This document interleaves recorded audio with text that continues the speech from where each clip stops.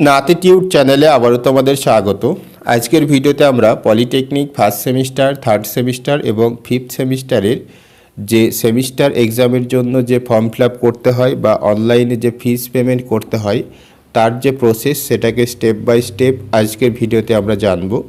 তো যারা পুরানো স্টুডেন্ট অর্থাৎ থার্ড সেমিস্টার বা ফিফথ সেমিস্টারের স্টুডেন্ট তারা অলরেডি এই কাজটা করেছো, তারা জিনিসটা ভালোভাবে জানো, কিন্তু যারা নতুন অর্থাৎ ফার্স্ট সেমিস্টারে যারা আছো তাদের কাছে এটা নতুন।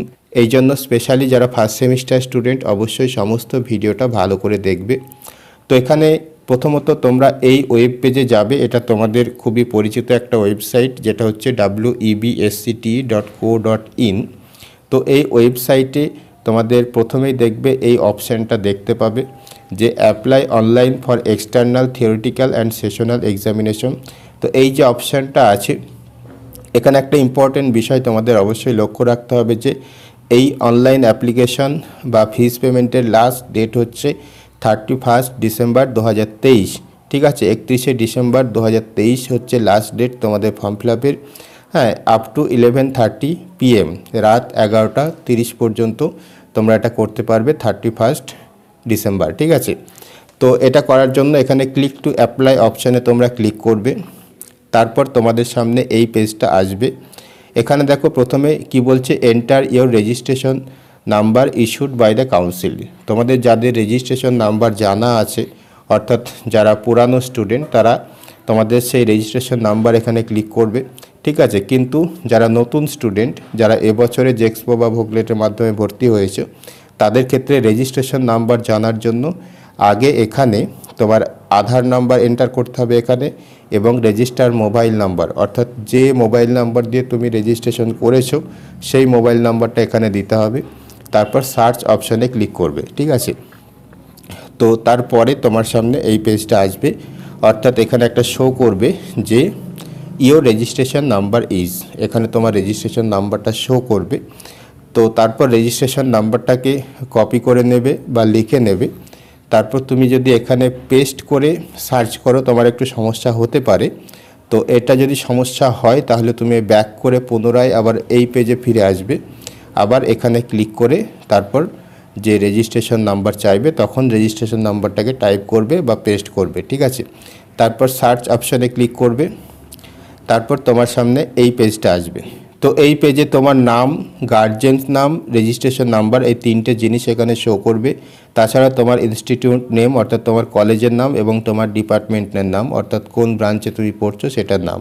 তো এই সব কিছু যদি ঠিক থাকে তাহলে এখানে যে ডিক্লারেশন বলেছে যে I do hereby declare that all the information given above is true to the best of my knowledge and believe. তারপর এখানে এগ্রি অপশানে ক্লিক করবে। তো এগ্রি অপশানে ক্লিক করার পরে তোমার সামনে আরও কিছু অপশান এখানে আসবে। এখানে যেমন সেমিস্টার 1 যারা আছে, ফার্স্ট সেমিস্টার যারা আছে তাদের ক্ষেত্রে সেমিস্টার 1 দেখাবে। হ্যাঁ, এবং এখানে অ্যাপিয়ারেন্স টাইপ হচ্ছে রেগুলার, তারপর 250 টাকা ফিস দেখাবে। তো তারপর এখানে এন্টার ইওর মোবাইল নাম্বার, তোমার মোবাইল নাম্বার অর্থাৎ যে মোবাইল নাম্বার দিয়ে তুমি রেজিস্ট্রেশন করেছো সেটা এখানে এন্টার করবে, এবং ইমেল আইডি অর্থাৎ রেজিস্ট্রেশনের সময় যে ইমেল আইডি দিয়েছো সেই ইমেল আইডিটা দেবে। তারপর এখানে সাবমিট অ্যান্ড পে ফিস এই অপশানে ক্লিক করবে। ঠিক আছে, তো এই অপশানে ক্লিক করার পরে তোমার মোবাইল নাম্বার এবং ইমেল আইডি এখানে শো করবে, এবং নিচে পেমেন্টের কিছু অপশান তোমাকে দেখাবে। এখানে দেখো debit card, credit card, net banking, UPI. এর মধ্যে সবথেকে সিম্পল প্রসেস হচ্ছে ইউপিআই। তো ইউপিআই অপশানে যখনই ক্লিক করবে তখন তোমার সামনে এরকম একটা পেজ আসবে, হ্যাঁ, যেখানে 250 টাকা ফিস পেমেন্ট করতে হবে। ইউপিআইয়ের মধ্যেও দুটো অপশান আছে, একটা হচ্ছে ভিপিএ। ভিপিএ অপশানে ক্লিক করলে তোমার ইউপিআই আইডি টাইপ করতে হয়, আর কিউআর কোডটা হচ্ছে আরও সিম্পল। তো কিউআর অপশানে ক্লিক করবে। কিউআর অপশানে ক্লিক করার পরে তারপর প্রসিড নাও করলে তোমার সামনে একটা কিউআর আসবে।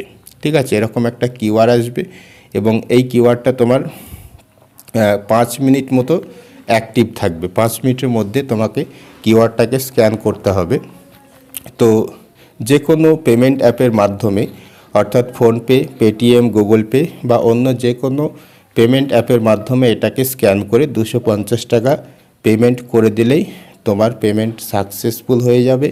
তারপর তোমার সামনে একটা অ্যাপ্লিকেশন ফর্ম প্রিন্টের একটা অপশান আসবে। তো সেখানে প্রিন্ট অপশানে ক্লিক করে সেই অ্যাপ্লিকেশন ফর্মের একটা PDF অবশ্যই তুমি রেখে দেবে বা প্রিন্ট আউট করে রেখে দেবে। কেননা কিছুদিন পর তোমাকে যে অ্যাডমিট কার্ড ডাউনলোড করতে হবে, তো সেক্ষেত্রে তোমার সেটা কাজে লাগবে। আর অ্যাডমিট কার্ড ডাউনলোড হবে 2 জানুয়ারি 2024 থেকে, ঠিক আছে? জানুয়ারি 2 তারিখ থেকে 2024-এর জানুয়ারি 2 তারিখ থেকে তুমি অ্যাডমিট কার্ড ডাউনলোড করতে পারবে, এমনটাই কিন্তু মেন যে নোটিশ সেখানে লেখা ছিল, ঠিক আছে? তো যাই হোক, এই হচ্ছে সিম্পল প্রসেস, এটা আশা করি তোমরা সবাই নিজেরাই পারবে।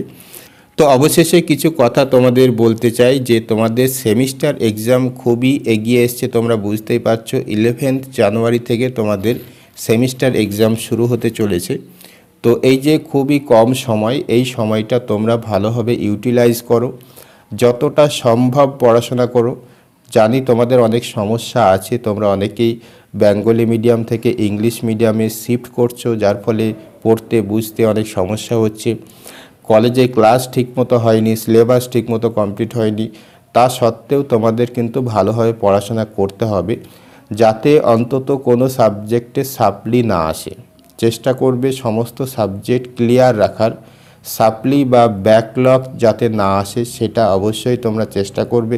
কেননা একটা সাবজেক্টে সাপ্লি চলে আসলে সেই বোঝাটা পরবর্তী ইয়ারে গিয়ে তোমার মাথায় চাপবে, যার ফলে পরবর্তী সেমিস্টারে বা পরবর্তী ইয়ারে অর্থাৎ সেকেন্ড ইয়ারে সেই সাপ্লিটাকে কভার করতে গিয়ে সেই সেকেন্ড ইয়ারে কোনো সাবজেক্টে তোমার ক্ষতি হয়ে যেতে পারে, বা তখন আবার অন্য কোনো সাবজেক্টে সাপ্লি চলে আসতে পারে।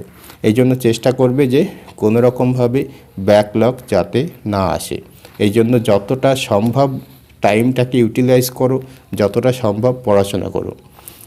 আর তোমরা যারা ফার্স্ট সেমিস্টার স্টুডেন্ট আছো তাদের জন্য অলরেডি 3টে সাবজেক্টের সাজেশন পাবলিশ করা হয়েছে। ম্যাথমেটিক্স 1, অ্যাপ্লাইড ফিজিক্স 1 এবং অ্যাপ্লাইড কেমিস্ট্রি, এই 3টে সাবজেক্টের PDF সাজেশন পাবলিশ করা হয়েছে।